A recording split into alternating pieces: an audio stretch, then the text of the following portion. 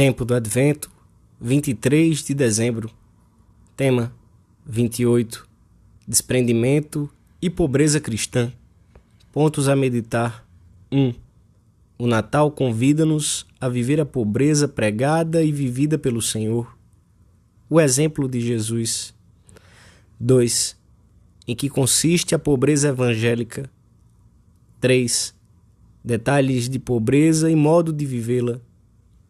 Pelo sinal da Santa Cruz, livrai-nos Deus, nosso Senhor, dos nossos inimigos. Em nome do Pai, do Filho e do Espírito Santo. Amém.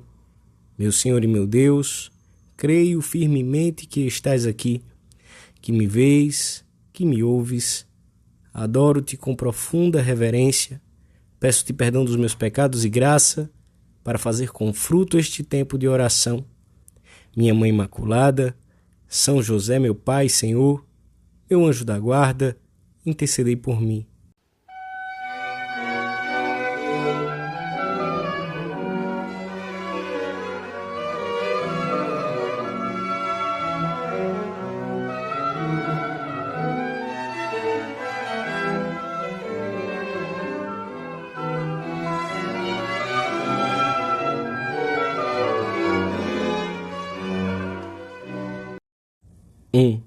O efetivo desprendimento daquilo que somos e possuímos é necessário para seguirmos Jesus, para abrirmos a alma ao Senhor que passa e nos chama pelo nosso nome.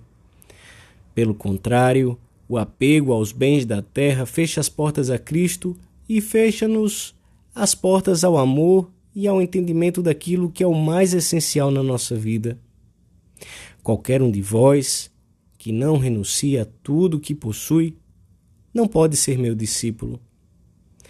O nascimento de Jesus, como toda a sua vida, é um convite para que examinemos nestes dias a atitude do nosso coração em relação aos bens da terra. O Senhor, unigênito do Pai, Redentor do mundo, não nasce num palácio, mas numa gruta. Não numa grande cidade, mas numa aldeia perdida em Belém. Não teve um berço, mas uma manjedoura. A fuga precipitada para o Egito foi para a Sagrada Família a experiência do exílio numa terra estranha, com poucos meios de subsistência, além dos braços acostumados ao trabalho de José. Durante a sua vida pública, Jesus passará fome e não disporá de 2 pequenas moedas de pouco valor para pagar o tributo do templo. Ele próprio dirá que o Filho do Homem não tem onde reclinar a cabeça. A morte na cruz é a demonstração do seu supremo desprendimento. O Senhor quis conhecer o rigor da pobreza extrema, a carência do necessário, especialmente nas horas mais importantes da sua vida. A pobreza que o Senhor nos pede a todos não é sujeira, nem miséria, nem desleixo, nem preguiça. Essas coisas não são virtude. A pobreza que o cristão tem que viver deve ser uma pobreza ligada ao trabalho, ao cuidado da casa e dos instrumentos de trabalho, à ajuda aos outros, à sobriedade de vida. Por isso, já se disse que foram sempre o melhor exemplo de pobreza esses pais e essas mães de família numerosa e pobre que se desfazem pelos filhos e que os mantêm com seu esforço e constância. Muitas vezes sem voz para dizer a ninguém que passam necessidades, criando um lar alegre onde todos aprendem a amar, a servir, a trabalhar. Quando se dispõe de recursos de fortuna, também é possível viver como esses pais e essas mães de família numerosa e pobre, e usar desses meios materiais para fazer o bem, porque a pobreza que Jesus declarou bem-aventurada é aquela que se baseia no desprendimento, na confiança em Deus, na sobriedade e na disposição de compartilhar com os outros. Para vivermos o desprendimento dos bens, no meio da onda de materialismo que parece submergir a humanidade, temos que olhar para o nosso modelo, Jesus Cristo, que se fez pobre por amor de nós, para que vós fosseis ricos pela sua pobreza.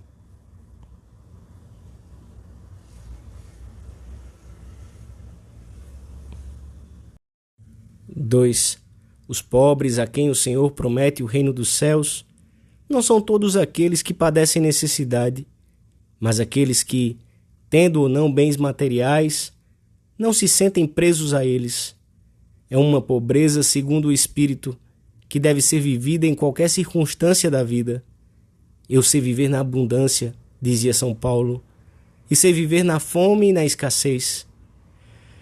O homem pode orientar a sua vida para Deus, usando de todas as coisas materiais como meios, ou pode ter como fim o dinheiro e a riqueza nas suas múltiplas manifestações, desejos de luxo, de comodidade desmedida, ambição, cobiça. São dois fins inconciliáveis. Não se pode servir a dois senhores. O amor à riqueza desaloja violentamente o amor a Deus. Não é possível que Deus possa habitar um coração que já está cheio de outro amor. A palavra divina fica afogada no coração do rico, como a semente que cai entre espinhos. Por isso, não nos surpreende ouvir o Senhor ensinar que é mais fácil a um camelo entrar pelo buraco de uma agulha do que a um rico entrar no reino dos céus. E como é fácil, se não se está vigilante, que o espírito de riqueza invada o coração. A Igreja tem nos recordado sempre, desde o seu início até os nossos dias, que o cristão deve estar de sobreaviso quanto ao modo de utilizar os bens materiais, e chama a atenção dos seus filhos para que cuidem de orientar retamente os seus afetos, a fim de que não aconteça que o uso das coisas do mundo e o apego às riquezas, contrário ao espírito de pobreza evangélica, os impeça de alcançar a caridade perfeita. Lembra-lhes a advertência do apóstolo: os que usam deste mundo não se detenham nele, porque os atrativos deste mundo passam. Quem se apega às coisas da terra não só perverte o seu uso reto e destrói a ordem estabelecida por Deus, mas além disso, fica com a alma insatisfeita, prisioneira desses bens materiais que a tornam incapaz de amar verdadeiramente a Deus. O estilo de vida cristã exige uma mudança radical de atitude em relação aos bens terrenos. Estes devem ser procurados e usados não como se fossem um fim, mas enquanto meios para servir a Deus. Como meios que são, não merecem que se ponha neles o coração. São outros os bens autênticos. Devemos recordar na nossa oração que o desprendimento exige sacrifício. Se o desprendimento não custa, é porque não é bem vivido, e manifesta-se frequentemente em saber prescindir do supérfluo, em lutar contra a tendência desordenada para o bem-estar e para a comodidade, em evitar caprichos, em renunciar ao luxo e aos gastos feitos por pura vaidade, etc. É tão importante esta virtude para um cristão que bem se pode dizer que quem não ama e vive a virtude da pobreza não tem o Espírito de Cristo. E isto é válido para todos, tanto para o anacoreta que se retira para o deserto, como para o simples cristão que vive no meio da sociedade humana, usando dos recursos deste mundo ou carecendo de muitos deles.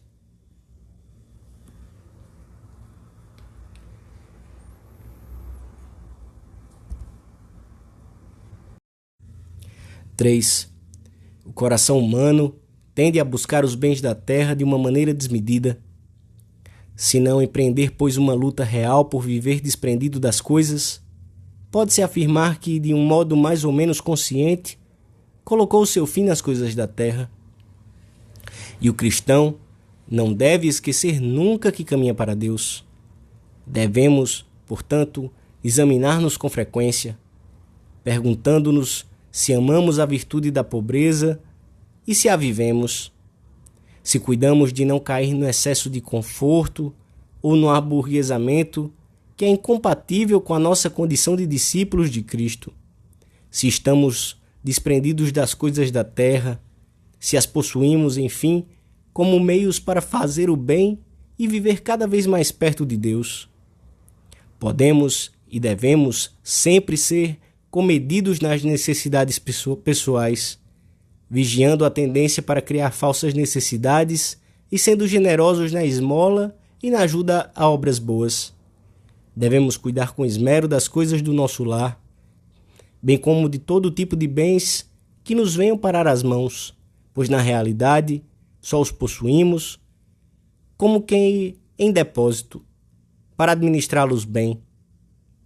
Pobreza é o verdadeiro desprendimento das coisas terrenas, é enfrentar com alegria as incomodidades, se as há ou a falta de meios. Viver pensando nos outros, usar as coisas de tal maneira que haja algo para oferecer aos outros. Tudo isso são dimensões da pobreza que garantem o desprendimento efetivo. É desta e de muitas outras formas que se manifesta o nosso desejo de não ter o coração posto nas riquezas, mesmo quando, pela profissão que exercemos, dispomos para nosso uso pessoal de outros bens. A sobriedade de que dermos provas, então será o bom aroma de Cristo, que deve acompanhar sempre a vida de um cristão. Dirigindo-se a homens e mulheres que se esforçam por alcançar a santidade no meio do mundo, comerciantes, professores universitários, camponeses, empregados de escritório, pais e mães de família, dizia o bem-aventurado José Maria Escrivá, todo cristão corrente tem que tornar compatíveis na sua vida dois aspectos que, à primeira vista, podem parecer contraditórios: pobreza real, que se note e que se toque, feita de coisas concretas, que seja uma profissão de fé em Deus, uma manifestação de que o coração não se satisfaz com coisas criadas, mas aspira ao Criador, desejando encher-se do amor de Deus e depois dar a todos desse mesmo amor. E, ao mesmo tempo, ser mais um entre os seus irmãos os homens, de cuja vida participa, com quem se alegra, com quem colabora, amando o mundo e todas as coisas criadas, a fim de resolver os problemas da vida humana e estabelecer um ambiente espiritual e material que facilite o desenvolvimento das pessoas e das comunidades. Conseguir a síntese entre esses dois aspectos é, em boa parte, questão pessoal, questão de vida interior, para julgar em cada momento, para encontrar em cada caso o que Deus pede. Se lutarmos eficazmente por viver desprendidos do que temos e usamos, o Senhor encontrará o nosso coração limpo e completamente aberto quando vier novamente a nós neste Natal. Não acontecerá com a nossa alma o que aconteceu naquela pousada. Estava cheia e não tinha um lugar para o nosso Senhor.